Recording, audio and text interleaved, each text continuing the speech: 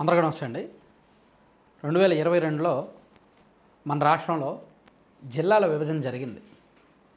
అప్పటికి 13 జిల్లాలుగా ఉన్న రాష్ట్రాన్ని అప్పటి వైసీపీ ప్రభుత్వం 26 జిల్లాలుగా మార్చింది. అయితే ఈ జిల్లాల విభజనలో భౌగోళిక స్వరూపాలు పూర్తిగా పట్టించుకోలేదు, స్థానిక ప్రజాభిప్రాయాలు పట్టించుకోలేదు, ఇష్టానుసారం చేసేశారు. శాస్త్రీయంగా జరగలేదు, ప్రజామోదయోగ్యంగా జరగలేదు. అందుకే దీన్ని మళ్ళీ మారుస్తామని, జిల్లాల పునర్విభజన చేపడతామని కూటమి ప్రభుత్వం ఎన్నికలకు ముందు ఆయా స్థానిక పరిస్థితుల దృష్ట్యా హామీ ఇచ్చింది. కొన్ని కొత్త జిల్లాల ప్రతిపాదనలు అండ్ డిమాండ్లు ప్రజల నుంచి ఉన్నాయి. ఉదాహరణకు ఉమ్మడి ప్రకాశం జిల్లాను 2 జిల్లాలుగా చేశారు. సో బాపట్ల జిల్లాలో కొన్ని నియోజకవర్గాలు కలిపారు, ప్రకాశం జిల్లాలో కొన్ని నియోజకవర్గాలు ఉంచారు.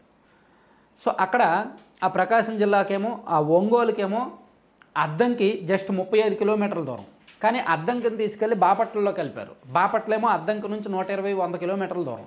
సో అద్దంకిని ఒంగోలులో కలపాల్సి ఉంది.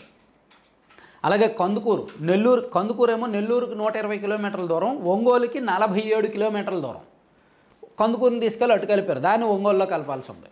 ఇదన్నీ పక్కన పెడితే మార్కాపురం నియోజకవర్గం కేంద్రంగా మార్కాపురం చుట్టుపక్కల కనిగిరి, దర్శి, ఎర్రగొండపాలెం, గిద్దలూరు, మార్కాపురం ఈ 5 నియోజకవర్గాలు కలుపుతూ ఒక జిల్లా ఏర్పాటు చేయాలనే ప్రతిపాదన ఎప్పటి నుంచో ఉంది. స్థానికుల డిమాండ్ ఎప్పటి నుంచో ఉంది. అదంతా కూడా కరువు ప్రాంతం అన్నమాట. సో ఆ ప్రాంతాన్ని జిల్లాగా ప్రకటించి ప్రత్యేకమైన ప్యాకేజీ ఇవ్వాలి అనే ఒక డిమాండ్ ఉంది. సో దాన్ని గత ప్రభుత్వం పట్టించుకోలేదు. ఈ ప్రభుత్వం మార్కాపురం కేంద్రంగా జిల్లా ఏర్పాటు చేయడానికి ముందుకు వచ్చింది, ఏర్పాటు జరగబోతోంది. అలాగే మదనపల్లె కేంద్రంగా మదనపల్లె, తంబలపల్లె ఈ ప్రాంతాలు ఒక 4 నియోజకవర్గాలు కలుపుకొని అక్కడ ఒక సెపరేట్ జిల్లా చేయాలనే ప్రతిపాదన ఉంది. అక్కడ కూడా ప్రజాభిప్రాయాలు ఉన్నాయి. సో అక్కడ కూడా ప్రజల నుంచి డిమాండ్లు ఉన్నాయి. దాన్ని కూడా ఒక జిల్లాగా పెట్టే అవకాశం ఉంది. అలాగే శ్రీకాకుళం జిల్లాలో పలాస, ఇచ్చాపురం, టెక్కలి అండ్ అటువైపు పాతపట్నం ఈ 4-5 నియోజకవర్గాలను కలుపుతూ పలాస కేంద్రంగా ఒక జిల్లాను ఏర్పాటు చేసే ఆమోదం అంటే ఒక ప్రపోజల్ ఉంది. మేబీ అది ఫైనల్ అయితే కాదు, జస్ట్ ప్రపోజల్ మాత్రమే అక్కడ అడుగుతున్నారు. ఎందుకంటే పలాస నుంచి శ్రీకాకుళం రావడానికి 80 కిలోమీటర్లకు పైగా ఉంటుంది. అలాగే ఇచ్చాపురం నుంచి శ్రీకాకుళం రావడానికి 120 కిలోమీటర్లకు పైగా ఉంటుంది. అందుకని పలాస, ఇచ్చాపురం, టెక్కలి వీటన్నింటినీ కలుపుతూ ఒక నియోజకవర్గం ఏర్పాటు చేస్తే బాగుంటుంది అని అక్కడ డిమాండ్లు ఉన్నాయన్నమాట.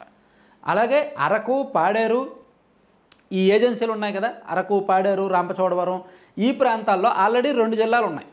ఇప్పుడు అరకు పార్లమెంట్ను 2 జిల్లాలుగా చేశారు. ఎందుకంటే పార్వతీపురం, మన్యం జిల్లాలో కొన్ని కలిపారు. అంటే విజయనగరం జిల్లాలో కొన్ని, విజయనగరం జిల్లాలో ఉన్న కొన్ని నియోజకవర్గాలను అండ్ ఉమ్మడి విశాఖపట్నంలో ఉన్న కొన్ని నియోజకవర్గాలను కలిపి పార్వతీపురం, మన్యం జిల్లా చేశారు. అలాగే ఇటువైపు అల్లూరు సీతారామరాజు జిల్లా చేశారు. మన్యంని 2గా విడదీశారు. ఇది కాకుండా ఏజెన్సీ ప్రాంతంలో మరో జిల్లా రావాల్సి ఉంది. ఎందుకంటే ఇప్పటికే జిల్లా కేంద్రాలు చాలా దూరం అవుతున్నాయి అన్నమాట. సో అందుకే మూడో జిల్లా కూడా ఈ ఏజెన్సీ ప్రాంతాలను కలుపుకుంటూ ఇంకో జిల్లా ఏర్పాటు అయితే బాగుంటుందనే ప్రపోజల్స్ ఉన్నాయి. అది కూడా మంత్రివర్గం ఉపసంఘం పరిశీలిస్తోంది. అలాగే ఈ ఎన్టీఆర్ జిల్లా, కృష్ణా జిల్లా, గుంటూరు జిల్లా, పల్నాడు జిల్లా ఉన్నాయి కదా. సో వీటికి అమరావతి సిఆర్డిఎల్ బౌండరీస్ని కేంద్రంగా అమరావతి అర్బన్ అనే ఒక జిల్లాను ఏర్పాటు చేయాలి అని ప్రభుత్వ పరిశీలనలో ఉంది. ఈ మంగళగిరి నియోజకవర్గం అండ్ తాడికొండ నియోజకవర్గం ప్లస్ పెదకూరపాడు నియోజకవర్గంలో కొన్ని ప్రాంతాలు, ఈ కొన్ని ప్రాంతాలను కలుపుతూ అమరావతి అర్బన్ నియోజకవర్గం ఏర్పాటు చేయాలనే ప్రపోజల్ ప్రభుత్వం దగ్గర ఉంది. అది కూడా మంత్రివర్గ ఉపసంఘం పరిశీలిస్తోంది. ఇలా రాష్ట్ర వ్యాప్తంగా ప్రస్తుతం 26 జిల్లాలు ఉండగా దీన్ని 36 జిల్లాలుగా మార్చాలి అనేది ఒక ప్రపోజల్. అలాగే గూడూరు కేంద్రంగా ఒక జిల్లా ఉండాలని, ఇవన్నీ కూడా ప్రపోజల్స్. వీటిలో ఏవి ఫైనలైజ్ చేస్తారు, దేనికి మంత్రివర్గం ఆమోదముద్ర వేస్తుంది అనేది ప్రస్తుతానికి చెప్పలేం. నాకున్న సమాచారం మేరకు మార్కాపురం జిల్లా ఏర్పాటు చేయడం తథ్యం, 100% కన్ఫర్మ్. అలాగే అమరావతి అర్బన్ జిల్లా ఏర్పాటు చేయడం 100% కన్ఫర్మ్. అలాగే రంపచోడవరం కేంద్రంగా ఏజెన్సీ ప్రాంతంలో మరో జిల్లా ఏర్పాటు చేయడం 100% తథ్యం. ఈ 3 అయితే వస్తాయి. ఇక మిగిలిన 3 పలాస అండ్ మదనపల్లె అండ్ గూడూరు ఈ జిల్లాలు వస్తాయా లేదా అనేది చెప్పలేం. అది ఈ 2-3 రోజుల్లో మీటింగ్ జరగబోతోంది. ఈ మంత్రివర్గ ఉపసంఘం ఒక రిపోర్ట్ రెడీ చేసి సీఎం గారికి ఇవ్వబోతోంది. సీఎం గారు దాని మీద డిస్కస్ చేసి అధికారులతో ఒక కమిటీ వేసి అధికారుల నుంచి ఒపీనియన్స్ తీసుకొని ఫైనల్గా నవంబర్ నెలలో ఫస్ట్ వీక్లో జరగబోతున్న క్యాబినెట్లో దీన్ని పెట్టి ఆమోదిస్తారు. సో ప్రాథమికంగా 3 జిల్లాలు కన్ఫర్మ్ చేశారు, మిగిలిన 3 పరిశీలిస్తున్నారు. సీఎం గారు చెప్పిన తర్వాత ఈ 3 కూడా ఆమోద ముద్ర వేస్తే మొత్తం 6 కొత్త జిల్లాలు అవుతాయి. అప్పుడు 26 జిల్లాలు కాస్త 32 అవుతాయి. సో ఇది ప్రస్తుతానికి ఈ జిల్లాల విభజనకు సంబంధించిన ఉన్న ప్రక్రియ అనమాట. నేను అనుకోవడం నవంబర్ మిడ్ నాటికి కొత్త జిల్లాలు ఏర్పాటుకు సంబంధించి దాదాపుగా ఫైనల్ అయిపోయే అవకాశం అయితే ఉందన్నమాట. అయితే కొత్త జిల్లాలు ఏర్పాటు చేయడంతో ఆపేయకూడదు. ప్రతి జిల్లాకి కూడా మినిమం ఒక 100 కోట్ల ఫండింగ్ అయినా ఇవ్వాలి. ఇస్తేనే వాళ్ళు శాశ్వత ప్రాతిపదికన కలెక్టరేట్ బంగ్లాలు, ఎస్పీ ఆఫీసులు, జిల్లా స్థాయి ఆఫీసులు అన్నీ కూడా కట్టుకోగలరు. కొత్త జిల్లాలు పెట్టేశారు తప్ప ఎక్కడా కూడా జిల్లా ఆఫీసులు లేవు. అవన్నీ కూడా రెంటెడ్ బిల్డింగుల్లో రన్ అవుతున్నాయి. జిల్లాలకు సరిగ్గా నిధులు కూడా ఇవ్వాల. సో ఎలాగా కొత్త జిల్లాలు విభజిస్తున్నారు కాబట్టి జిల్లాకు ఒక 100 కోట్ల చొప్పున ఇస్తే వాళ్ళు శాశ్వత భవనాలు కట్టుకుంటారు, కాంప్లెక్స్లు కట్టుకుంటారు. జిల్లా స్థాయి ఆఫీసులన్నీ కూడా ఒకే చోట ఉన్నట్టు ఉంటుంది. అది పరిపాలనా సౌలభ్యం, ప్రజలకు కూడా జిల్లా అధికారులను కలవడానికి ఈజీగా ఉంటుందన్నమాట. Thank you. సో కంటెంట్ చివరి వరకు చూసిన ప్రతి ఒక్కరికి ధన్యవాదాలు.